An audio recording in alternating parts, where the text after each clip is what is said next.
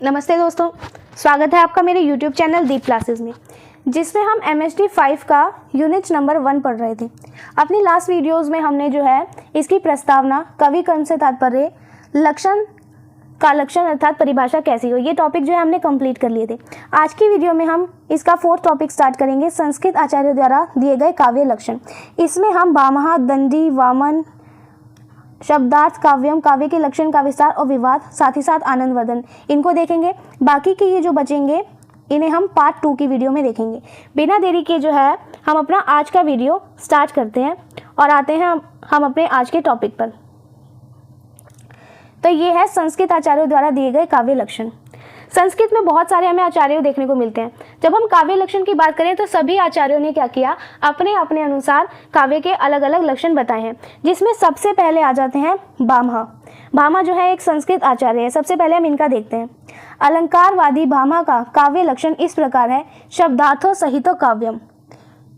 ये जो है इन्होंने काव्य लक्षण बताया, इनकी पुस्तक रही काव्य अलंकार। इसमें शब्दार्थों सहित काव्यम का अर्थ यहाँ बताया गया, शब्द और अर्थ दोनों का स्वभाव जो है वो काव्य है। तो सबसे पहले हम ये जानेंगे कि जो भामह है ये एक अलंकारवादी आचार्य थे। अलंकारवादी आचार्य जो रहे भामह, इन्होंने जब काव्य की परिभाषा दी तो इनकी परिभाषा में इन्होंने कहा शब्दार्थों सहितम काव्यम। इसका हम अर्थ जाने तो इसका मतलब ये निकलता है कि जहाँ पर जो है शब्द और अर्थ ये दोनों ही साथ मिल जाते हैं, वही जो है काव्य या फिर हम कहें कविता, ये कहलाता है। भामह ने अपने ग्रंथ काव्य अलंकार में अपने से पहले की 2 विचारधाराओं का उल्लेख किया है। एक विचारधारा अर्थालंकारों को काव्य सौंदर्य का मूलाधार मानती है तथा दूसरी शब्दालंकारों को। अब भामह ने क्या किया, भामह की एक पुस्तक थी जिसका नाम था काव्य अलंकार। इस पुस्तक में उन्होंने क्या किया, भामह से पहले जो लोग हुए, 2 तरह के लोग थे, उनके बारे में बताया। उनके बारे में क्या कहा, जो पहले प्रकार के लोग थे उनका मानना था कि जो कविता की सुंदरता है वो अर्थ वाले अलंकारों से बढ़ती है। वहीं जो दूसरी तरह के लोग थे उनका ये मानना था कि कविता की जो सुंदरता है वो शब्दों के अलंकारों से जो है बढ़ती है। किंतु दोनों विचारधाराएं काव्य सौंदर्य का आधार अलंकारों में ही खोजती है। अर्थालंकारवादी भामह तथा शब्दालंकारवादी दंडी 2 भिन्न विचारधाराओं की एकता अलंकार युग में जो है प्रस्तुत करते हैं। अर्थालंकारवादियों का मत था कि रूपक, उपमा आदि अर्थालंकार ही काव्य शोभा की सृष्टि करते हैं, क्योंकि अर्थबोध के पश्चात इन्हीं से काव्य सौंदर्य की प्राप्ति होती है। भामह का आग्रह भी यही था। अतः काव्य कृति में रसो गुणों का कितना ही बढ़िया सामंजस्य क्यों न हो, यदि सामर्थ्य अलंकार योजना नहीं तो वह उसी प्रकार श्रीविहीन है। तो यहाँ पे हमें ये बताया गया कि जब हम इन 2 अलग अलग सोचों को देखें तो ये अलग अलग जरूर थी, परंतु इन दोनों ने ही क्या किया, सुंदरता का जो असली कारण है वो अलंकार को माना। भामह जो थे वो अर्थालंकार को मानते थे और वहीं जो दंडी है ये भी एक संस्कृत के आचार्य है, ये मानते थे शब्दालंकार को। अर्थालंकार को पसंद करने वालों का ये कहना था कि जब हम कविता पढ़कर उसका मतलब जो उसका सही अर्थ होता है वो समझ लेते हैं तो उसके बाद ही हमें उस काव्य की जो है असली सुंदरता का पता चलता है। लेकिन वही जो भामह है उनका जो है साफ मानना ये था कि कविता में चाहे कितने भी अच्छे जो है रस या गुण क्यों ना हो, अगर हमें उसमें सही अलंकारों का इस्तेमाल नहीं किया तो जो कविता है वो बहुत ज़्यादा हमें फीकी दिखाई देने लग जाएगी। उन्होंने इसकी तुलना क्या किया, एक स्त्री से कर दी, जिसे उन्होंने ये बताया कि जैसे कोई स्त्री जो है बिना आभूषण के ही आ जाए, बिना आभूषण के रहे तो वो कैसे फीकी फीकी दिखाई देती है, ऐसे ही जो कविता है वो अगर अलंकारों के बिना बनाई जाए तो वो भी अधूरी दिखाई देने लग जाएगी, ऐसा इन्होंने कहा। शब्दालंकारवादी कहते थे कि रूपक, उपमा आदि अर्थालंकार बाह्य प्रतीत होते हैं। काव्य में चमत्कार की सृष्टि तो शब्द सौंदर्य के द्वारा ही की जा सकती है। शब्द सौंदर्य से रहित अर्थ सौंदर्य अधूरा रहता है। अब दूसरी तरफ हमें देखने को मिलता है शब्दालंकारवादी। इनका मानना ये था कि अर्थ वाले अलंकार जो है वो तो बाहरी चीज़ है, कविता का जो असली जादू है या कहें कविता की जो असली चमक है वो हमें उसके शब्दों में दिखाई देती है। तो शब्दालंकारवादियों का मानना ये था कि अगर कविता में जो शब्द है वो सुंदर नहीं है, सिर्फ उसके अर्थ ही सुंदर है, तो इससे जो है काम नहीं चलेगा। आगे देखिए,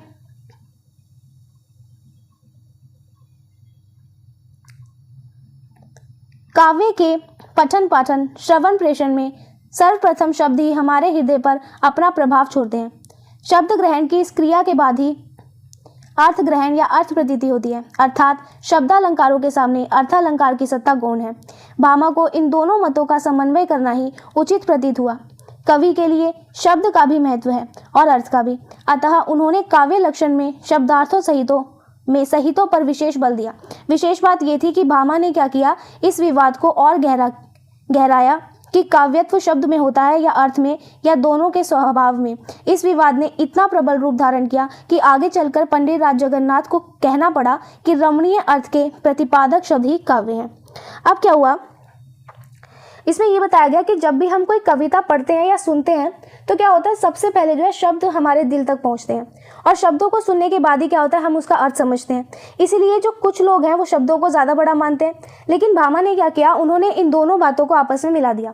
उनका कहना ये था कि जो एक कवि होता है उसके लिए शब्द और अर्थ ये दोनों ही जो है ज़रूरी है।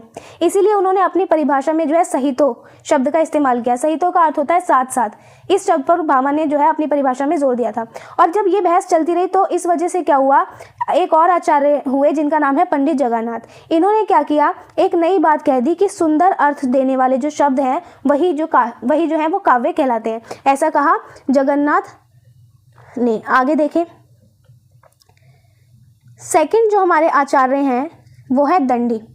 अब हम इनके बारे में जानते हैं। आचार्य दंडी ने काव्य के शरीर पर विचार करते हुए कहा कि शरीरस्था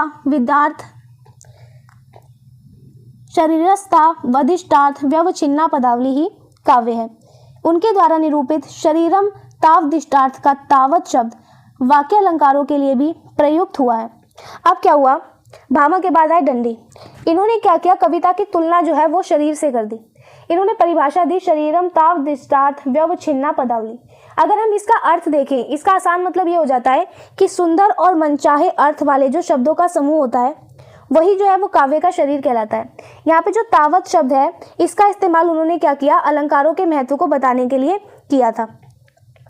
उनका मत है कि केवल उसी शब्द समूह को काव्य शरीर कहा जा सकता है जो काव्य के लिए अभिलक्षित सरसता से युक्त हो और कवि प्रतिभा से युक्त सुंदर पदावली से व्यवच्छिन्न हो। इष्टार्थ युक्त पदावली का अर्थ यह भी है कि ऐसे पदों में योग्यता, आकांक्षा, आसक्ति आदि विशेषताएं जो है विद्यमान हो। अब यहाँ पे दंडी ने ये कहा कि हर शब्द के समूहों को जो है कविता नहीं कह सकते। कविता केवल वही है जिसमें हमें रस देखने को मिले और जिसे कवि ने क्या किया हो, अपनी प्रतिभा से बहुत ही सुंदर तरीके से जो है सजाया हो। साथ ही साथ उन्होंने ये भी कहा कि शब्दों में जो है ऐसी खूबी होनी चाहिए कि आपस में सही तालमेल बैठा रहे और एक पूरा अर्थ जो है उनसे निकलता हो। ये सब कहा दंडी ने। आगे उन्होंने कहा, कारण जिन पदों में वाक्यत्व की योग्यता नहीं होती वह काव्य नहीं कहे जा सकते। पदावली का इष्टार्थ भी काव्यार्थ में चमत्कार की सृष्टि करता है जिसे लोकोत्तर आह्लादत का भाव पूरी तरह अंतर्भुक्त है। पंडित राज ने जिस रमणीय अर्थ के प्रतिपादक शब्द की चर्चा बाद में की है उसका आभास दंडी ने पहले ही दे दिया। तो अगर हम शब्दों में जो है कविता वाले गुण नहीं है ऐसा कहें तो उन्हें काव्य बिल्कुल भी नहीं माना जाएगा। दंडी का ये मानना था कि शब्दों का जो वह खास अर्थ है वही कविता में असली अर्थ या असली चमत्कार पैदा करता है, जिससे क्या होता है, पढ़ने वाले को बहुत अनोखी खुशी और आनंद मिलता है। यहाँ पे एक दिलचस्प बात ये भी रही कि जो पंडित राज हुए जगन्नाथ, उन्होंने क्या किया, बहुत बाद में कहा था, लेकिन दंडी ने इसकी ओर पहले से ही इशारा कर दिया था और जब उन्होंने अपनी परिभाषा दी थी। ऊपर से सरसरी तौर पर देखने से लगता है कि वह शरीर मात्र के स्वरूप का कथन कर रहे थे, किंतु ऐसा नहीं है। उनके कथन में अलंकार के साथ रसापेक्षा भी है। अपने काव्य लक्षण में वह रसवदलंकार की भूमिका को उपेक्षित नहीं छोड़ते। जाहिर है कि वह काव्य की आत्मा और काव्य शरीर का भेद समझकर काव्य लक्षण में प्रवृत्त है। दंडी शास्त्रज्ञ ही नहीं है, कवि भी है, इसीलिए रस चेतना पर उनका ध्यान केंद्रित था। यथा अलंकृतम संक्षिप्तम रस भाव निरंतरम। अब यहाँ पे क्या हुआ, पढ़ने में हमें ऐसा लग सकता है कि जो दंडी है वो सिर्फ बाहरी शरीर यानी कि केवल कविता के शब्दों की बात कर रहे हैं, लेकिन असल में ऐसा बिल्कुल भी नहीं है। उन्होंने क्या किया, उन्होंने अलंकार के साथ साथ रस को भी बहुत ज़रूरी माना है। दंडी ये जानते थे कि कविता का जो शरीर है वो क्या है और उसकी आत्मा क्या है। दंडी ने क्या किया, सिर्फ व्याकरण को जानकर ही नहीं बल्कि उन्होंने खुद ऐसे कवि की तरह काम किया जिन्होंने रस को बहुत महत्व दिया हो और कभी भी रस को भुलाया ना हो। यानी कि दंडी ने क्या किया, वो व्याकरण के जानकार भी थे, साथ साथ वो रस को भी बहुत महत्व देते थे अपने काव्य में। किंतु यहाँ रस शब्द रसजन्य भावात्मक आनंद के लिए ना होकर अलंकार जन्य चमत्कार से उत्पन्न आनंद के लिए आया है। दंडी ने समस्त अलंकारों का उद्देश्य रस सृष्टि ही माना है। फलतः उसकी काव्यानंद संबंधी मान्यता रसवादियों की मान्यताओं से भिन्न है। वह मुक्त स्वभाव से शब्दालंकार अर्थालंकार के साथ रसवद आदि अलंकार को सम्मिलित करते हैं। अब क्या हुआ, यहाँ पे ये बताया गया कि दंडी के लिए जो है रस का जो मतलब है वो केवल भावनाओं वाला आनंद नहीं है, बल्कि अलंकारों से जो चमक और जो मज़ा पैदा होता है उसे ही दंडी जो है रस मानते हैं। उनके हिसाब से जो है अलंकारों का काम ही रस पैदा करना है, इसलिए उनकी जो सोच है, दंडी की जो सोच है वो रसवादी विद्वानों से थोड़ी अलग है। दंडी क्या करते हैं, वे शब्द, अर्थ और रस इन सबको जो है अलंकारों के अंदर ही शामिल करते हैं। दंडी ने काव्य लक्षण में प्रयुक्त इष्टार्थ की स्पष्ट व्याख्या नहीं की। ऐसा लगता है कि इष्टार्थ में वह भामहकालीन विवाद पर ध्यान देते हैं, जिसमें भामा का शब्दालंकार और अर्थालंकार दोनों इष्ट रहे हैं। दंडी के अनुसार शब्द, अर्थ, रस, सौंदर्य से विशिष्ट पदावली ही काव्य है। दंडी की सीमा यह है कि वह इष्टार्थ में केवल अर्थालंकारों पर केंद्रित हो जाते हैं। अब क्या हुआ, दंडी ने जो है इष्टार्थ शब्द का बहुत साफ मतलब तो हमें नहीं बताया, लेकिन ऐसा लगता है कि भामह वाली जो बात थी उससे दंडी बिल्कुल सहमत थे, जहाँ पर शब्द और अर्थ इन दोनों को ज़रूरी माना गया था। आसान शब्दों में हम ये कह सकते हैं कि दंडी के लिए ऐसी शब्दावली ही कविता थी जिसमें शब्द, अर्थ और रस इन तीनों का मेलजोल हो और सुंदरता इससे पैदा होती हो। बस उनकी एक कमी यहाँ पे ये रह गई कि उन्होंने क्या किया, इष्टार्थ शब्द को समझाते समय जो है अलंकारों पर वो ज़्यादा टिके रहे, ये इनकी एक कमी रही। अब आगे देखें, अब दंडी के बाद आ जाते हैं तीसरे आचार्य जो हैं वामन। इनके बारे में देखते हैं। काव्य शब्द में है या अर्थ में, इस विषय में वामन को भामा की शब्दार्थों सहित तो काव्यम वाली मान्यता पर कोई आपत्ति नहीं है। महत्वपूर्ण बात यह है कि वामन स्वयं प्रश्नाकुल भाव से पूछते हैं कि क्या सामान्य शब्द और अर्थ काव्य हैं। भामा मानते थे शब्दालंकार और अर्थालंकार से विशिष्ट शब्दार्थ काव्य है। केवल शब्द और अर्थ को काव्य मानना तो प्रचलन है। काव्य शब्दोऽयं गुणालंकार संस्कृतयोः शब्दार्थ्यो वर्तते, शब्दार्थ मात्र वचनों अत्र ग्रहते। ये इन्होंने लिखा अपने, इनका ग्रंथ था काव्य अलंकार सूत्रवृत्ति। इसमें अब इसका हम अर्थ समझते हैं। यहाँ पे अब सवाल ये उठा कि कविता जो है वो शब्दों में होती है या फिर उसके अर्थ में। तो जो आचार्य वामन हुए, इन्होंने क्या किया, भामा की ये जो बात थी इस पर बिल्कुल भी ऐतराज़ नहीं किया कि शब्द और अर्थ मिलकर जो है काव्य बनते हैं। लेकिन उनका जो है एक सवाल उन्होंने ये ज़रूर पूछा कि क्या कोई भी साधारण शब्द और अर्थ जो है वो कविता हो सकते हैं। ऐसा पूछा वामन ने भामा से। तो उन्होंने जो है साफ कहा कि केवल शब्द और अर्थ कहना तो एक रिवाज है, असल में जो कविता है वो वही होती है जो गुणों और अलंकारों से सजी हो। ऐसा उन्होंने आगे आंसर दिया। किंतु न कांतमपि निर्भूषम विभाति विनिता मुखम, उस युग का सर्वमान्य मत था। इस मत के विरोध में खड़े होने की क्षमता वामन में नहीं थी। वह यह मानने को विवश थे कि काव्य अलंकार तत्व के कारण ही ग्राह्य है, काव्य ग्राह्यम अलंकारत। इतना ही नहीं, वह यह भी कह बैठे थे कि काव्य के शोभा कारक धन को अलंकार कहते हैं। सौंदर्याम अलंकार अलंकृति अलंकार काव्य शोभाया कर्तारो धर्मा गुणः। अब उस समय जो है ये माना जाता था कि जैसे किसी सुंदर स्त्री का चेहरा जो है वो बिना गहनों के अच्छा नहीं लगता था, वैसे ही कविता भी जो है वो बिना अलंकारों के अच्छी नहीं लगती थी। वामन जो रहे, वामन भी इस बात को मना नहीं कर पाए, वो भी इस बात से सहमत हुए। उन्होंने ये कहा कि कविता को जो है वो अपनाने लायक उसके अलंकार ही बनाते हैं। उन्होंने ये भी कह दिया कि जो सौंदर्य है वो सौंदर्य ही अलंकार है और कविता की शोभा बढ़ाने वाले धर्म गुण को हम गुण कहते हैं। इस प्रकार वामन ने काव्य की ग्राह्यता को सौंदर्य से निबद्ध कर दिया। वामन के अनुसार दोष रहित सगुण सालंकार शब्दार्थ काव्य है। वास्तव में वामन न तो काव्य का शास्त्रीय लक्षण ही कर पाए, न अलंकारवादियों की कतार में बैठ सके। अब कुल मिलाकर क्या हुआ कि वामन ने यह तय कर दिया कि अगर कविता अच्छी है तो इसका मतलब ये है कि वह सुंदर भी है, और इसके हिसाब से क्या हुआ, काव्य वही है जिसमें कोई भी दोष यानी कि कोई गलती ना हो और जिसमें अच्छे गुण हो, साथ ही साथ जो अलंकारों से सजी धजी हो। हालांकि गहराई से देखें तो वो ये ना तो कविता की कोई पक्की किताब लिख पाए, ना ही कोई परिभाषा दे पाए, और ना ही वो पूरी तरह जो है अलंकारवादी कहलाए। वामन का गुण संबंधी दृष्टिकोण भी रसवादियों के गुण संबंधी विवेचन से मेल नहीं खाता। रसवादी गुणों का संबंध सीधे रस से जोड़ते हैं, जबकि वामन के द्वारा निरूपित गुण शब्द और अर्थ से सीधे संबद्ध होने के कारण भाषा की रचना के बाहर तक ही रह जाते हैं। हाँ, वामन का प्रदेय यह माना जा सकता है कि उन्होंने दंडी के मार्ग को रीति में नए ढंग से विस्तार दिया तथा अलंकार से आगे गुण की चर्चा करके विचार को आगे बढ़ाया। अब क्या हुआ, वामन के जो गुण रहे उनके बारे में विचार उन लोगों से बिल्कुल अलग थे जो कि रस को प्रधान मानते थे। जो रसवादी आलोचक थे उनका ये कहना था कि जो गुण है वो सीधे रस से जुड़ते हैं, लेकिन वामन के लिए जो गुण था वो केवल शब्द और अर्थ तक ही सीमित रह गया था। इनकी सबसे बड़ी देन ये थी कि आचार्य दंडी जो रहे उन्होंने रास्ते पर चलते हुए रीति को जो है एक नया रूप दे दिया था और अलंकारों से आगे बढ़कर उन्होंने गुणों की चर्चा यहाँ पर की थी, जिससे कि साहित्य की समझ और ज़्यादा जो है गहरी हुई। आगे देखें, अब हम जानेंगे शब्दार्थो काव्यम, काव्य के लक्षण का विस्तार और विवाद। इसको देखते हैं। अलंकारवादी आचार्य रुद्रट ने काव्य का लक्षण दिया। इनके काव्य का लक्षण था ननु शब्दार्थो काव्यम, और अपने लक्षण से भामह की सहितों को निकाल दिया। काव्य चिंतन की पूर्व परंपरा को देखने पर ऐसा लगता है कि रुद्रट के समय तक यह विवाद प्रबल हो गया था कि काव्य शब्द में रहता है या अर्थ में या फिर दोनों में।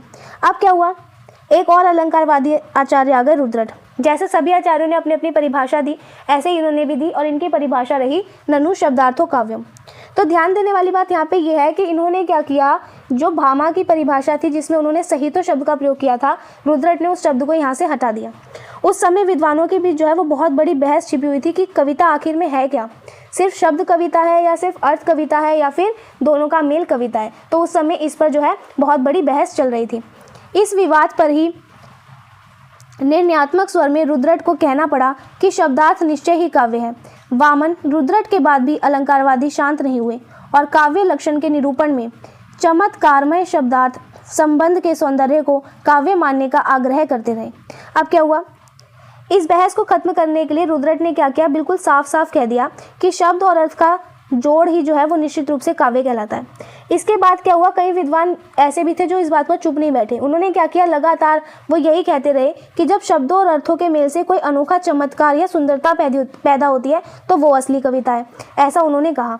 अब क्या हो रहा आगे, इन आचार्यों में जो थे वो हेमचंद, विद्यानाथ, वाग्भट, जयदेव आदि प्रमुख है जिन्होंने ये सब बात की। अब इनके जो है काव्य के लक्षण वो देखते हैं। सबसे पहला काव्य लक्षण दिया हेमचंद ने, जिसमें उन्होंने कहा अदोषो सगुणे सालंकारो च शब्दार्थो काव्यम, जो इनकी पुस्तक रही काव्यानुशासन, इसमें इन्होंने कहा था। फिर विद्यानाथ ने क्या कहा, गुणालंकार सहितो शब्दों दोष वर्जितो, इनकी पुस्तक प्रताप रुद्रेशोभूषण में कहा। वाग्भट ने कह दिया शब्दार्थो निर्दोषो सगुणो प्रायः सालंकारो काव्यम। फिर ये जयदेव ने परिभाषा दी निर्दोषा लक्षणावती सरिति गुण भूषणा सालंकार रसनेक वृत्ति वार्क्याव्यम भाग। और फिर भोज ने कह दिया निर्दोषम गुणत काव्यम मलंकारे लंकृतम रसानवंती कवि कुर्वुन प्रीति कृति च विदंती। ये सब इन्होंने जो है काव्य लक्षण की परिभाषा दी। तो इन सभी आचार्यों की जो परिभाषा रही, अगर हम इन सबको आसान शब्दों में कहें तो इन्होंने क्या किया, लगभग एक सी ही बात कही थी। वो ये थी कि कविता वह है जिसमें कोई भी गलती ना हो, जिसमें अच्छे गुण हो और जो अलंकारों से सजी धुजी हो।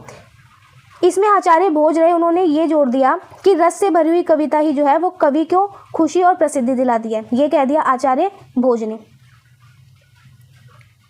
आगे देखें, इन काव्य लक्षणों से स्पष्ट है कि ये सभी आचार्य भामह और मम्मट के काव्य लक्षण की ही थोड़े बहुत फेर में पुनरावृत्ति करते रहे। इसमें न मौलिकता थी न काव्य को ठीक से समझने की शक्ति। अब यहाँ पे क्या हुआ कि जब हम गौर से इन सभी परिभाषाओं को देखते हैं तो इन सभी विद्वानों ने क्या किया, वही जो पुरानी बातें चली आ रही थी घुमा फिरा कर ये उसी पर आ जाते थे, जो कि भामह और मम्मट ये दोनों आचार्य पहले ही कह चुके थे। इनकी परिभाषाओं में जो है कोई भी हमें नई बात या कोई अनोखी बात देखने को नहीं मिलती, ना ही ये कविता को बहुत गहराई से और पूरी तरह पकड़ पाते हैं। बाद में अग्नि पुराणकार ने कहा कि ध्वनि, वर्ण, पद और वाक्य का नाम ही जो है वाड्मय है, जिसके अंतर्गत शास्त्र, इतिहास तथा काव्य का समावेश रहता है। शास्त्र और काव्य में शब्द की प्रधानता होती है, इतिहास में इतिवृत्तात्मकता की। काव्य में अभिधा का प्राधान्य रहता है, जिसके कारण वह इतिहास और शास्त्र से भिन्न हो जाता है।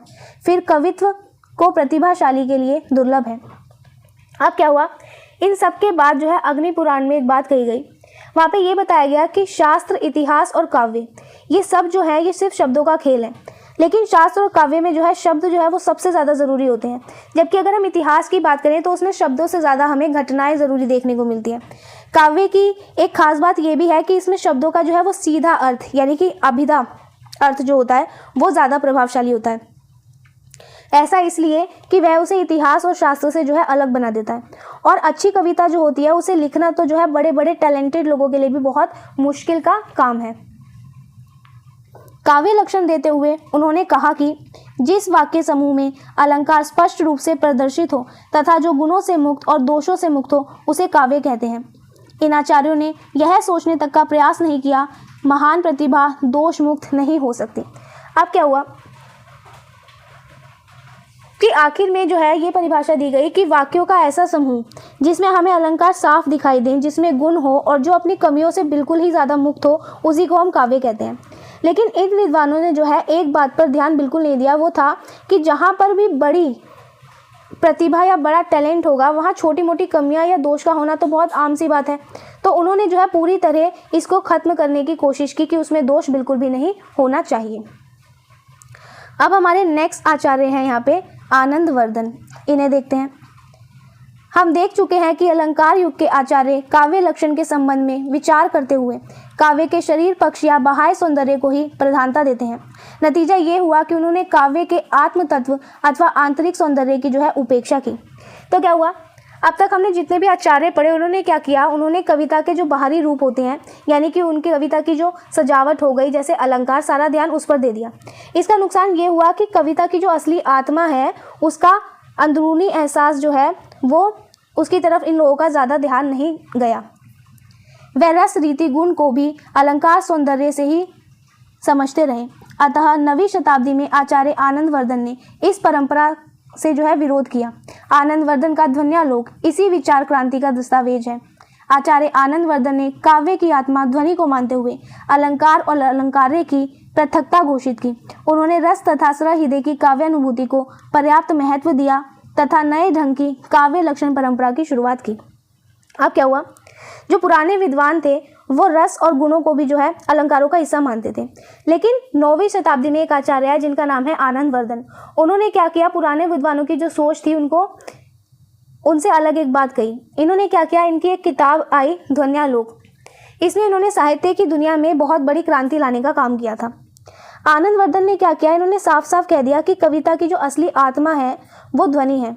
उन्होंने यह भी साफ कर दिया था कि सजाने वाली चीज़ें जैसे कि अलंकार या जिसे सजाया जा रहा है यानी अलंकारें, ये दोनों ही जो है वो अलग अलग बातें हैं।